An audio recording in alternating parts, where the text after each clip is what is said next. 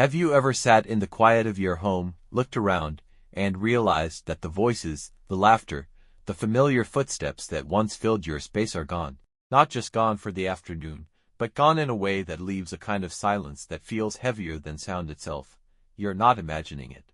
Growing older, especially into your 80s and beyond, can bring with it a solitude that no one really prepares you for.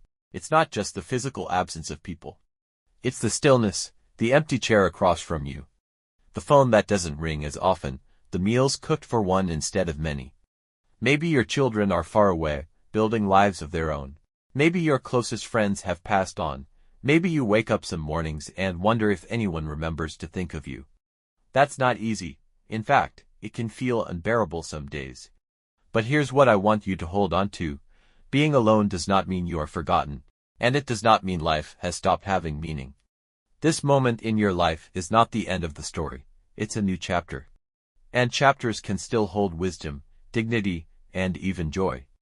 This is not about pretending loneliness doesn't exist. It's about giving you tools to not only survive this season of life, but to create moments that remind you deeply and quietly that you are still here, you are still important, and you are still capable of living with strength. Sometimes the smallest practices can change the way you feel about your day, and the way you feel about yourself.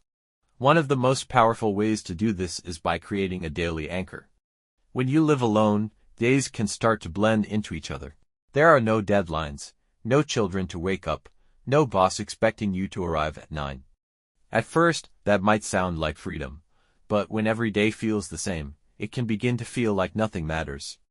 And that's the real danger, not the solitude itself, but the drifting. A daily anchor is one simple thing you do at the same time every single day. It doesn't have to be grand or complicated. It just has to be yours. Maybe sitting by the window with a warm cup of tea as the sun rises. Maybe it's writing a few sentences in a journal after breakfast. Maybe it's feeding the birds or watering a plant. These might sound like small gestures, but they carry weight. Structure gives meaning, and when you build a small rhythm into your day, you're sending a message to yourself. This matters, I matter. I once knew a man named Carl, 84 years old, widowed and childless. For months after his wife passed, he told me he felt invisible, like a ghost in his own house. Then one morning, he decided to sit on his porch at 6:30 with a cup of chamomile tea. Rain or shine, he showed up. At first, it was just for him. Then neighbors began waving. The paper boy left his paper closer. A neighborhood dog started trotting up the driveway. Without planning it, Carl became part of the morning rhythm of his street.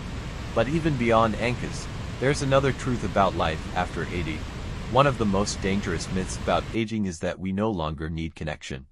The truth is, the older we get, the more our hearts crave it.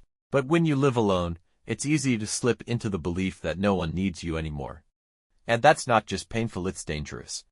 Because once you start believing you're no longer important, loneliness can feel permanent.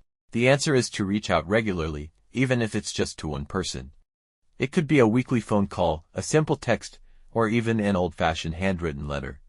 I think of Joyce, 82, who lives alone and struggles with arthritis in her hands. Her greatest fear wasn't falling, it was being forgotten. She decided to write one letter each week to someone from her past, an old neighbor, a former student, a distant cousin.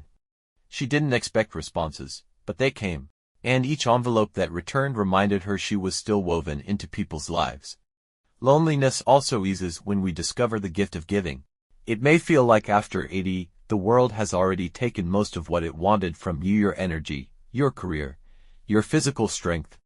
But giving doesn't end, it changes. Sometimes, what people need most is your listening ear, your patience, your wisdom. When you find small ways to offer that, whether it's volunteering at a local library, knitting hats for newborns at a hospital, or simply calling someone younger who needs encouragement, you'll discover that giving creates its own form of connection. Another way to restore the soul when living alone is to nurture beauty. Beauty reminds us that life is still alive. Maybe that's growing a plant and watching it bloom, or painting, or playing music, or even just opening the curtains and letting light in.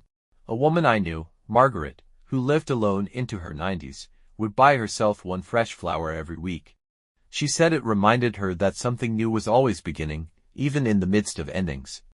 That tiny act filled her home with quiet joy. Finally, perhaps the deepest truth of all is this: loneliness doesn't mean absence of people, it means absence of connection. And connection can be found in ways you might not expect. Through prayer, meditation, or even sitting quietly with a memory, you can still feel connected to something larger than yourself.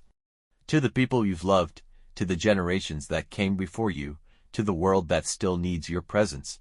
So if you find yourself alone after 80, don't think of it as the closing of your story. Think of it as a quieter chapter where your wisdom, your presence, and your choices still matter more than you realize.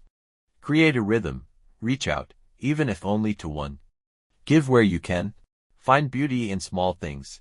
And remember, connection doesn't only come from who is in the room, it can also come from the love you carry in your heart, and the life you still breathe into every single day.